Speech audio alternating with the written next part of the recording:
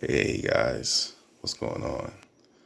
Welcome to Live, Laugh, and Love.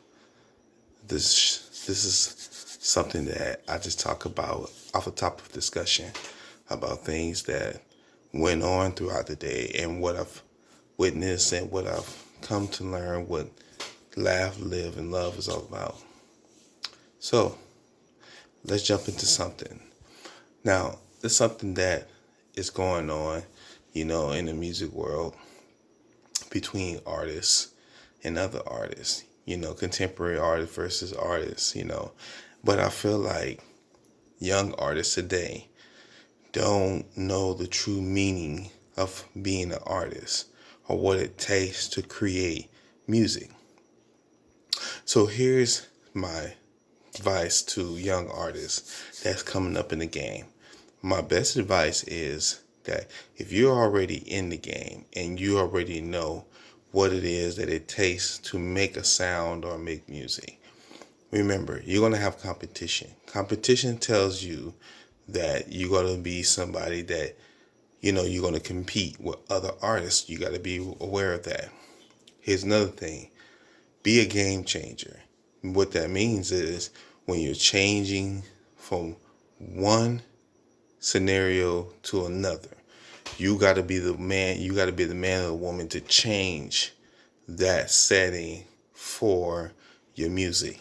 You got to find a sound. Whatever your sound is, try to get into that sound and focus on that sound. Nothing else.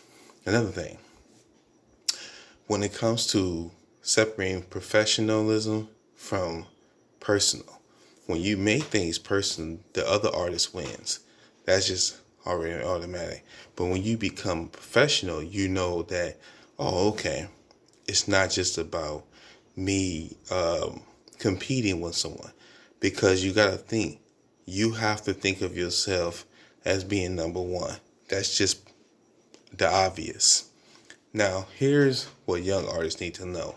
When you're coming up in the game, you got to remember the way you change the game is that you created more sounds based on top of sounds. Now, a lot of artists don't put your personal self, don't make it personal, because personal distracts your creativity.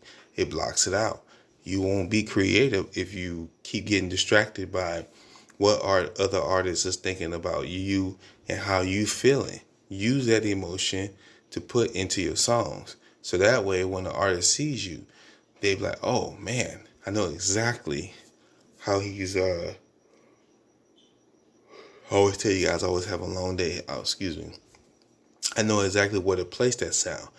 You gotta have an artist placement. You gotta know what it takes to, develop a sound. Some artists don't know how to develop a sound, and that's why you have to determine where your sound is going. You have to find out what direction you're in. Now, there's a high level expected of that, but you got to find out how you got that direction, or how did you get involved with making a mixtape. Now, mixtapes. Now, here's something about mixtapes. You have two sides to a mixtape, A and B. But you got to determine how many tracks you want on each side. Now, normally it could be 15. Normally it could be 30. Normally it could be 20. Now, most artists make 20 for side A. Maybe side B might be 25, might be 30, depending on how many songs and tracks you want to make. Now, mind you, a lot of artists make different tracks for different reasons, different songs for different emotions for different ideas. And you got to have a number of ideas, because you got to think about it. Where do you want your music to take off from? Do you want it to take off from the Billboard chart? Do you want it to take off from just making album hits, like making tracks or beats, or you want to produce beats? Or what direction do you want to take your music? Because you got to take it on a level beyond the next level. Now, how you get to that level, it's a process, but you got to remember, you're not just competing with artists, you're competing with producers, you competed with execs, you competed with industry labels, you competing with your own label. If you find a direction you're in, if you're a solo artist, Remember, being a solo artist means you gotta think of ways to be creative and create a sound that everybody can respond to. Now, here's another advice. Write something that is towards your target audience. Whoever your target audience is, that's what you write it for. Now, that's a hard thing to do because you don't know who your target audience is. But if you discover who they are and you have fans and followers, follow who the majority of your diverse audience. Like, for example, let's say you find that your audience is younger teenagers, 15 to 20 years old. You got to create a song for 15, 20 years old. You got to create a sound for 15, 20 years old. You got to develop that music for 15, 20 years old because that's who your audience is. You got to find who's your target audience. They can be seniors. It can be people from middle class. They can be white America. It depends on who your target audience is. You gotta find a way to target that audience and get them tuned in to listen to your sound. A lot of artists make trap. Trap beats are good because they stick with people. Like, for example, Lil Uzi make a lot of trap underground beats, which means that once he makes that beat, for underground, it's targeting audiences that's in the club.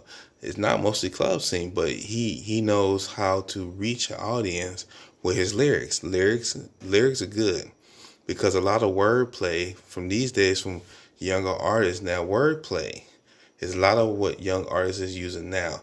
But the problem with wordplay now, wordplay seems a bit out of sync because you're going with different words.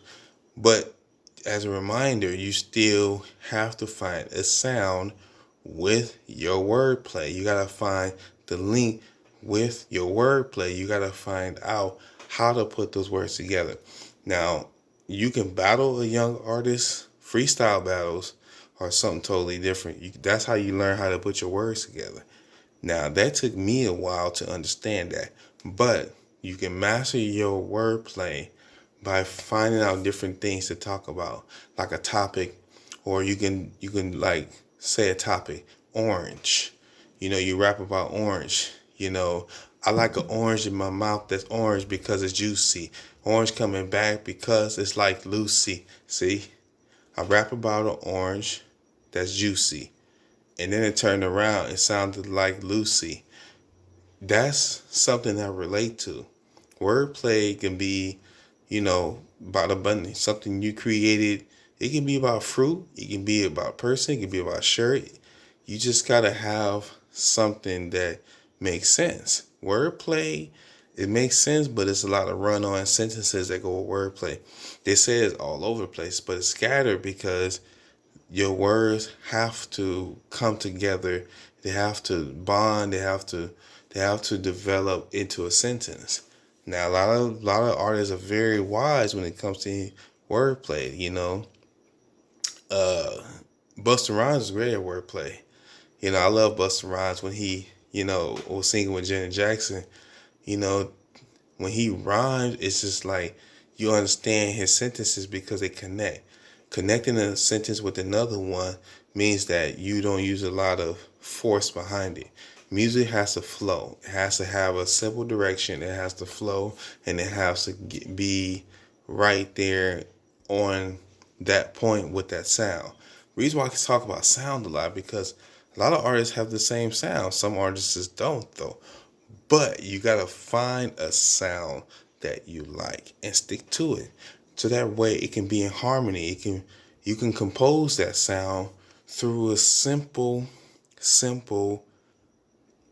dialect that people get because music is about creativity. It's about creating a sound that everybody will listen for a long time. You want to leave a legacy that people can respond to. Most artists now that leaving legacies, they leaving legacies with the same melody, the same beat, and the same synchronization. You don't want that. You want a sound that people transpose to. Transpose your sound into composing a music or a melody. or a different synchronization where people can hear that sound and realize, oh, that sound is something that I want to listen to for many generations to come. Just remember that. Okay? So remember, friends, create a sound that everybody responds to and leave a legacy. Until next time, same place, same time, same station. On Laugh, Live, and Love. My name is Rashid Montine. I'll see you later. Good night.